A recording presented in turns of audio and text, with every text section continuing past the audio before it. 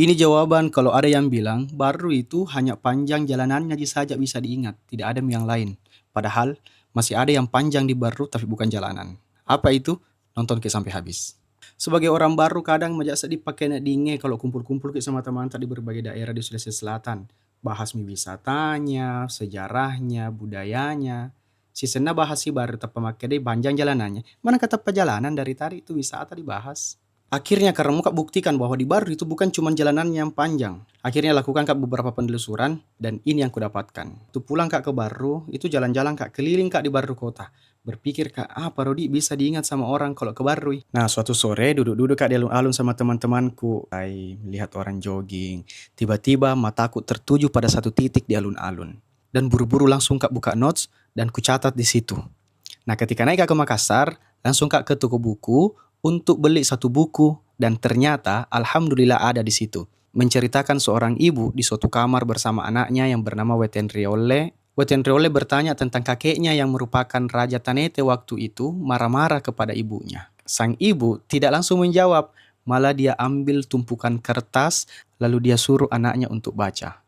Dan di situ sang anak hanyut di dalam cerita yang ditulis oleh ibunya. Ditulis dengan tulisan lontara, bercerita tentang kerajaan Tanete sehingga kenapa sikap kakeknya seperti itu. Di lain waktu, Weten Riole bertanya ke mamanya, apa yang sedang dia kerjakan bersama Benjamin Frederick Mattes, seorang peneliti dari Belanda. Ibunya menjawab, saya sedang menyalin sebuah naskah, cerita terpanjang di dunia, yaitu Ila Galigo. Yang sekarang dikenal sebagai epos terpanjang di dunia mengalahkan Mahabharata, dan bahkan di tahun 2011 UNESCO menetapkannya sebagai Memory of the World. Dan ibu itu tidak lain tidak bukan adalah Ratna Kencana Arung Pancanatoa Coli Fujie. Nah, berarti naskah terpanjang di dunia itu dicatat disalin oleh orang Pancana. Saking pentingnya Coli Fujie, ada salah satu sanggar seni di Kabupaten Baru pakai namanya, yaitu Sanggar Seni Coli Fujie. Jadi kita di Baru, nama alun-alun tak itu diambil dari sejarah literasi yang hebat sekali, bahkan kelasnya dunia. Tapi itu juga saja sejarah literasinya di Baru. Taruh mas senang. Masih ada penjelasannya. Iya, tapi kan itu Toriolota, bukan orang sekarang. Perhatikan Ki baik-baik. Yang pertama, ada penulis yang namanya Muhammad Torik Bintang, penulis buku Lintas Analisis Kritis, yang berisi tentang opininya terkait realitas sosial yang ada sekarang. Itu orang baru, bali bola aku benina. Yang kedua ada Windy Joanna, yang sudah menulis beberapa judul novel, termasuk novel yang berjudul Lontara. Jadi beliau membaca Lagaligo lalu mengadaptasikannya menjadi sebuah novel.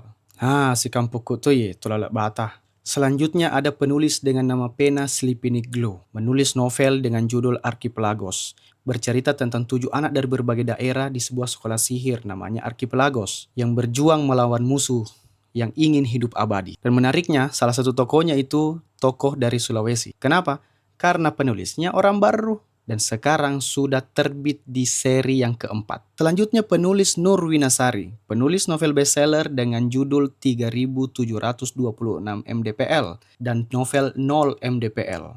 Ada juga novelnya yang berjudul Dia Bara, Dia Razi, dan Dia Aurora. Magani. Masih ada. Yang terakhir bisa kusebutkan adalah Rian Fahardi, Presiden Gen Z.